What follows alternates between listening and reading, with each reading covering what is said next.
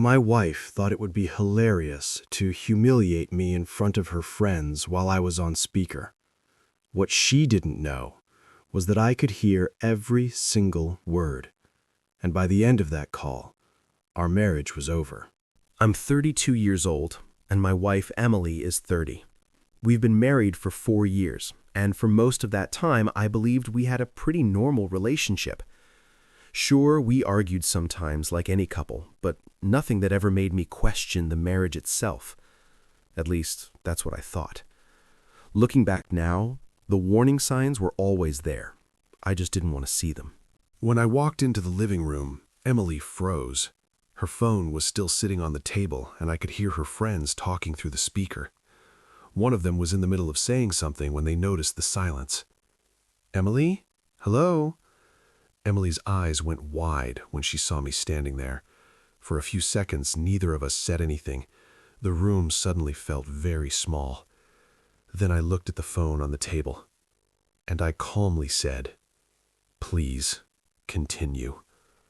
Her friends immediately stopped talking. Emily grabbed the phone and quickly turned off the speaker. "What are you doing home?" she asked nervously.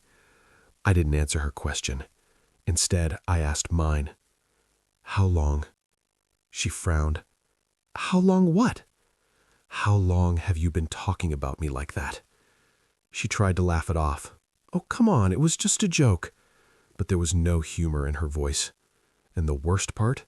She didn't look ashamed. She looked annoyed.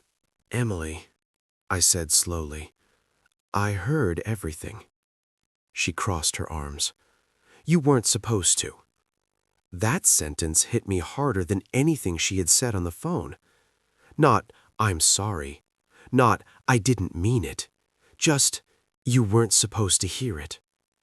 "So that's your defense?" I asked. She rolled her eyes. "Oh, please don't act like you've never complained about me to your friends." I shook my head. Complaining is not the same as humiliating someone. She sighed dramatically. "You're overreacting." I stared at her for a moment. 4 years of marriage. 4 years of believing we respected each other. And now she was standing in front of me pretending this was normal. That's when I realized something. This wasn't the first time she had done this. It was just the first time I caught her. I sat down in the chair across from her. "Do you actually think I'm pathetic?" Emily hesitated. For a moment, I thought maybe she was about to apologize. But instead, she said, "I mean, you're not exactly ambitious." That felt like a punch in the stomach. I had spent years working long hours, paying most of the bills, trying to build a stable life for us, and somehow that translated to pathetic in her mind. "So everything you said, you meant it?" She shrugged. "I was just venting." Her phone buzzed on the table. One of her friends had texted her. Emily looked down at it and smirked. "They're asking if everything is okay." I leaned forward. "Tell them the truth." She looked confused. "What truth?" "That I heard everything." Emily reluctantly picked up the phone and called her friend back. She turned on the speaker again. "Hey," her friend said immediately, "what happened?" Emily looked at me, clearly uncomfortable. Then she said, "My husband is here." There was a pause. Then the friend laughed nervously. "Oh, did he hear us?" Before Emily could answer, I stepped closer to the phone. "Yes," I said calmly. "I heard all of it." The line went completely silent. Then one of the women muttered, "Oh my God." Another voice said, "We didn't mean anything by it." I almost laughed. Of course they didn't. It's always easy to say that after the damage is done. Emily looked at me like she wanted me to leave the room, but I wasn't going anywhere. So I said one more thing into the phone. "Don't worry, you won't have to deal with me anymore." Then I hung up. Emily stood up immediately. "What is that supposed to mean?" I walked past her and headed toward the bedroom. "What are you doing?" she asked. "Packing." Her voice became sharper. "You're being ridiculous." Maybe she was right. Maybe walking out was dramatic. But staying after hearing what I had heard, that would have been worse. I opened the closet and grabbed a suitcase. Emily followed me into the room. "You're seriously leaving because of one conversation?" I stopped packing and looked at her. "No," I said quietly. "I'm leaving because that conversation showed me who you really are." For the first time that night, Emily looked worried. Not annoyed, not defensive, worried. "You're not actually going to leave," she said, but it sounded more like a question than a statement.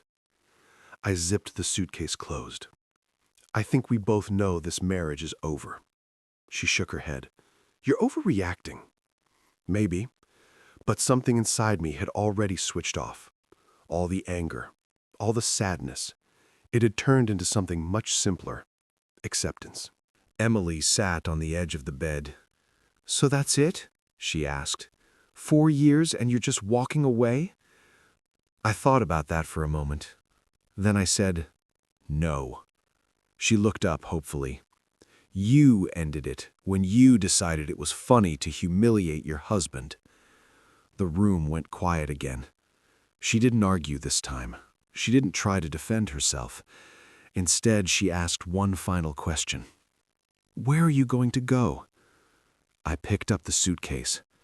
Somewhere I'm respected.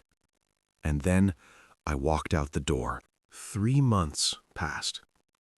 Life slowly started to feel normal again. I moved into a small apartment, started focusing on work, started reconnecting with friends. For the first time in years, I actually felt peaceful. Then one evening, there was a knock on my door. When I opened it, Emily was standing there.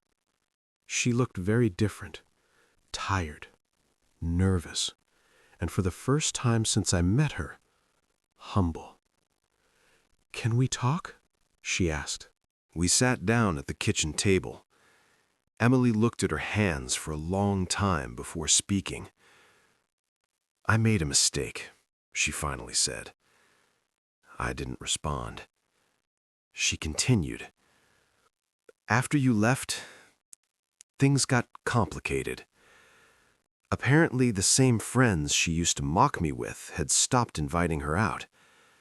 One of them had even told her directly, 'If that's how you talk about your husband, I wonder what you say about us.' She had lost more than she expected, and now she was here, looking for a second chance." Emily looked up at me.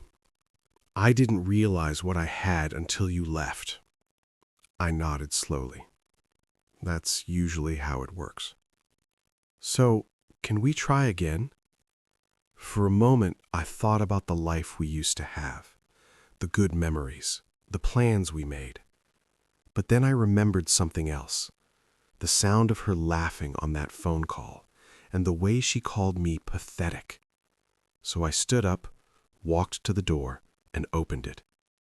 "I hope you find what you're looking for," I said, "but it won't be here." Emily didn't argue. She didn't cry. She just nodded and walked out.